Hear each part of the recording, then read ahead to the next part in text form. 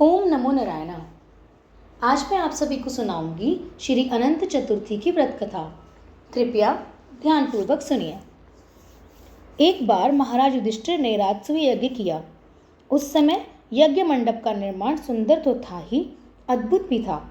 वह यज्ञ मंडप इतना मनोरम था कि जल व थल की भिन्नता प्रतीत ही नहीं होती थी। जल में थल तथा थल में जल एक जैसे प्रतीत होते थे, परंतु सावधानी करने पर भी बहुत से व्यक्ति उस अद्भुत मंडप में धोखा खा चुके थे।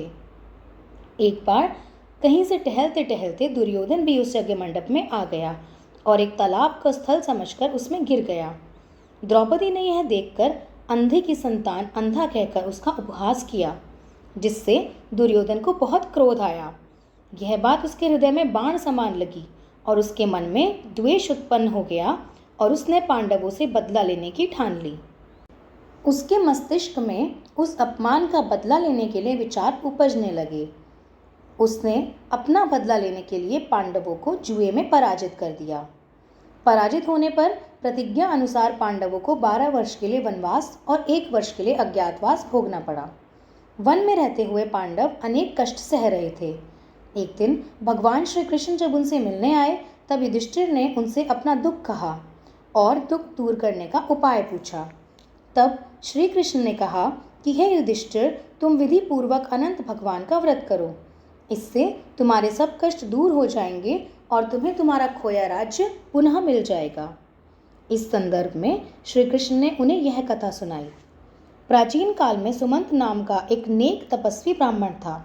उसकी पत्नी का नाम दीक्षा था। उसकी एक परम सुंदरी धर्मपरायण तथा ज्योतिर्मयी कन्या थी, जिसका नाम सुशीला था। सुशीला जब बड़ी हो गई तो उसकी माता दीक्षा की मृत्यु हो गई। पत्नी के मरने के बाद सुमंत ने कर्कशा नाम की स्त्री से दूसरा विवाह कर लिया। सुशीला का विवाह ब्राह्मण सुमंत ने कौंडिन्य ऋषि के साथ किया। विदाई में कुछ देने की बात पर कर्कशा ने दामाद को कुछ ईंट और पत्थरों के टुकड़े बांधकर दे दिए। कौंडिन्य ऋषि दुखी होकर अपनी पत्नी को लेकर अपने आश्रम की ओर चल दिए, परंतु रास्ते में ही रात हो गई। वे नदी तट पर संध्या के समय विश्राम करने लगे। सुशीला ने वहां देखा कि बहुत सी स्त्रियां सुंदर वस्त्र धारण करके किसी देवता की पूजा कर रही थीं। सुशीला के पूछने पर उन्होंने विधि पूर्वक अनंत व्रत की महत्ता बताई। सुशीला ने वहीं उस व्रत का अनुष्ठान किया और 14 गांठों वाला डोरा हाथ में बांधकर ऋषि कौंडिन्य के पास आ गई। कौंडिन्य ने सुशीला के डोरे के बारे में पूछा तो उसने सारी बात बता दी। उन्होंने सुशीला का डोरा तोड़कर अग्नि में डाल दिया। इससे भगवान अनंत जी का अपमान हुआ। परिणामतः ऋषि कौंडिन्य दुखी रहने लगे। उनकी सारी संपत्ति नष्ट हो गई। इस दरिद्रता का उन्होंने अपनी पत्नी से कारण पूछा तो सुशीला ने अनंत भगवान का डोरा जलाने की बात उन्हें याद दिला दी। पश्चाताप करते हुए ऋषि कौंडिन्य अनंत डोरे की प्राप्ति के लिए वन में चले गए।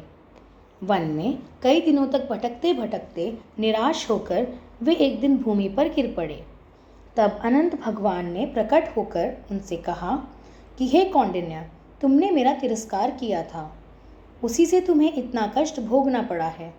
तुम दुखी हुए, अब तुमने पश्चाताप किया है, इसलिए मैं तुमसे प्रसन्न हूँ।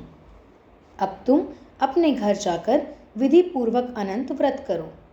14 वर्ष पर्यंत व्रत करने से तुम्हारे दुख दूर हो जाएंगे। तुम धन धान्य से संपन्न हो जाओगे।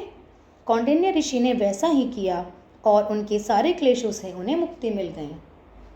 श्री कृष्ण की आज्ञा से युधिष्ठिर ने भी अनंत भगवान का व्रत किया था, जिसके प्रभाव से पांडव महाभारत के युद्ध में विजयी हुए तथा चिरकाल तक उन्होंने राज्य किया। ऐसी ही महिमा है अनंत भगवान की। उनकी कृपा आप सब पर बरसे एवं आपके जीवन में सुख समृद्धि एवं धन धान्य की कभी कमी न हो। इसी कामना के साथ मैं अपनी वीडियो को विराम देती हूँ। वीडियो अच्छा लगा हो तो इसे लाइक एवं शेयर करें, चैनल को सब्सक्राइब कर बेल आइकन दबाएं एवं कमेंट्स में लिखें ओम अनंताय नमः।